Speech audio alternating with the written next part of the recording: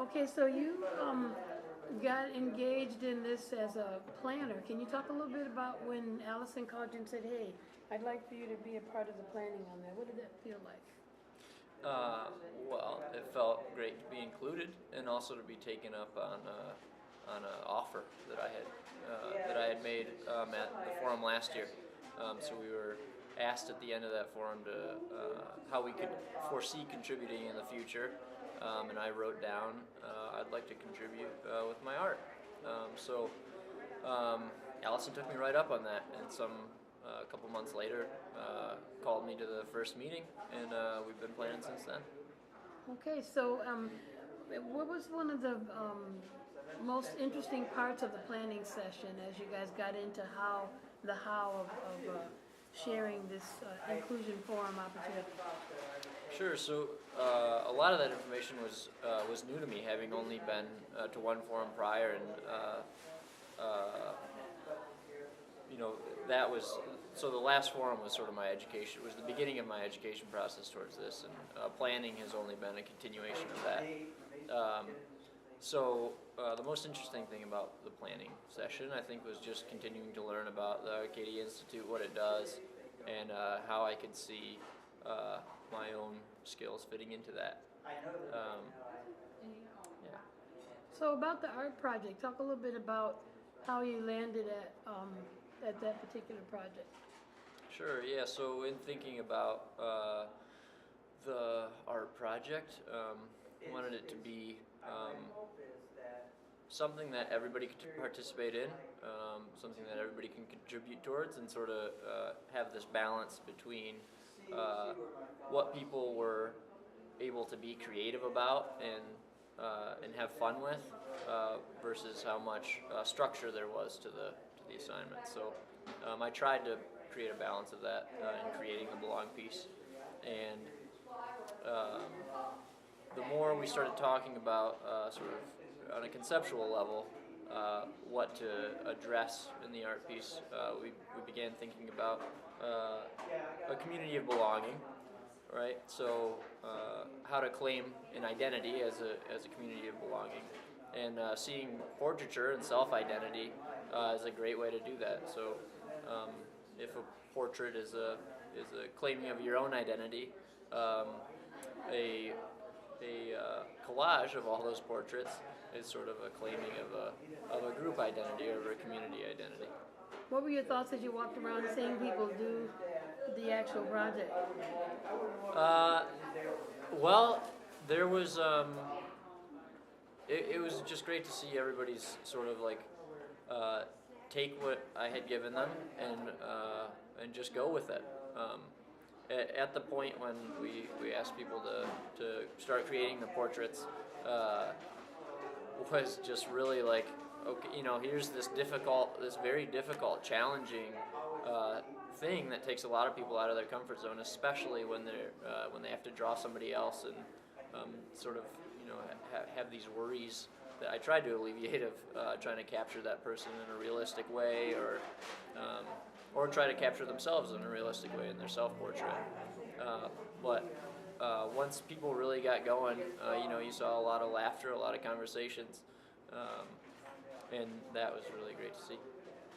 I was from the outside looking in because I didn't get a chance to partake, and I could feel even in the room the anxiety just kind of dissipate, and it turned into a kindergarten classroom within Right, the right. first 5 or 10 minutes. So you can really see, as I'm trying my hardest to prep people for that moment where I'm saying, okay, go, um, and leading up until that moment, I could look around the room and I could see in people's eyes this, like a sort of fear of tackling something that they're not used to doing in their sort of like daily interactions. And probably something that in each of their institutions, at each of their jobs, they're not being asked to do. Um, and I think also sort of dressing up, playing this dress up piece, and having fun with that, and interacting together, being in these groups, is a crucial part of alleviating that sort of anxiety that comes with trying something new.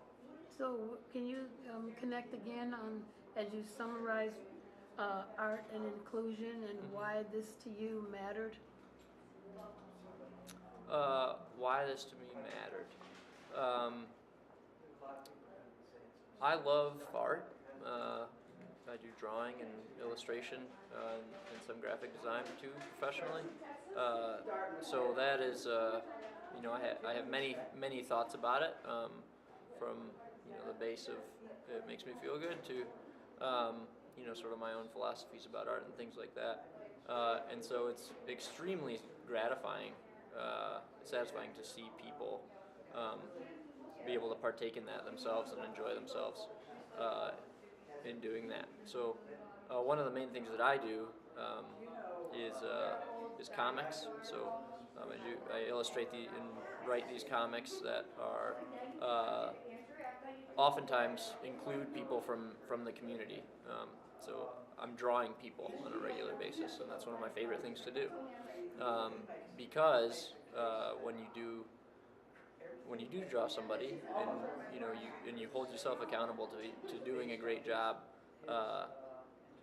it's just great to be able to share that with somebody else.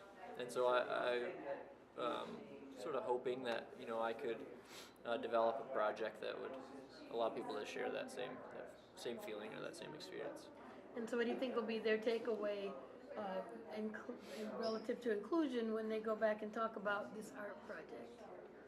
I think again tying back to this sort of like claiming of oneself, one's own identity, as well as a community identity, and sort of working on and contending with both those things at once.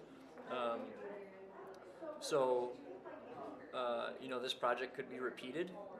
People may take this project back and repeat it. That would be awesome. And then there's also just the idea of really digging in and contributing, and then coming back together as a group and rearranging what you've done in order to make a much larger, bigger piece of artwork. There's two things that struck me as I saw the separate tables, and I looked around, and not necessarily everybody knew everybody, but they became a unibody as they approached the project. Now I don't know if that was really happening as I pulled back here and was doing my video thing, but it seemed like they went from 4 to 6 disconnected people to a unibody completing these multiple bodies. Right. So that's a great way of putting it. I think in terms of these different bodies coming together and interacting in a group setting, the first prompt in my mind was key in that. Just asking people, you and this other person are gonna draw each other, and if a portrait is a claiming of an identity, then that's a very intimate thing. So you have to look at this person, you have to interact with them, and interact with them sometimes in a nonverbal way, which is also uncomfortable for some people. And so just from the get-go, that sort of one-on-one experience and then translating into a group of 5 or 6 people, I think was instrumental in developing that sort of unifying the bodies, if you will. And the one thing that I think about too is that as a takeaway is when they're there in that unknown place and they're not skilled as an artist, but they're being drawn into just a place to be together, just to be in that moment together, unified in this project. They never see each other again, but in that project they were one, and it leveled the playing field. It wasn't one with a title, one that was homeless, it wasn't one with a disability. Right. They were one. Right. Which is the power of art and artwork and inclusion, and using art to make sure that people are included. Yeah, I agree, and I think that is where the benefit of structure is at play, right? So we have this structure developed that puts everybody on a level playing field and says, y'all are responsible for the same for producing the same thing, and the sort of sort of quality that you bring to that thing in terms of your perceived skill level or something like that is ultimately sort of dissipates over the course of this project, just because of the sort of structure of it. Yet, what you have done and what you've created is retained in the final piece. And I think this is also, as I close, one of the projects that when you try to explain it to somebody verbally, Yeah. it doesn't make as depth of sense as it does than when people experience it. Mm-hmm. Because I kind of heard about it and I was following her, kind of following her, not following her, but I totally got it when everybody was standing there in the picture with the multiple pictures belonging.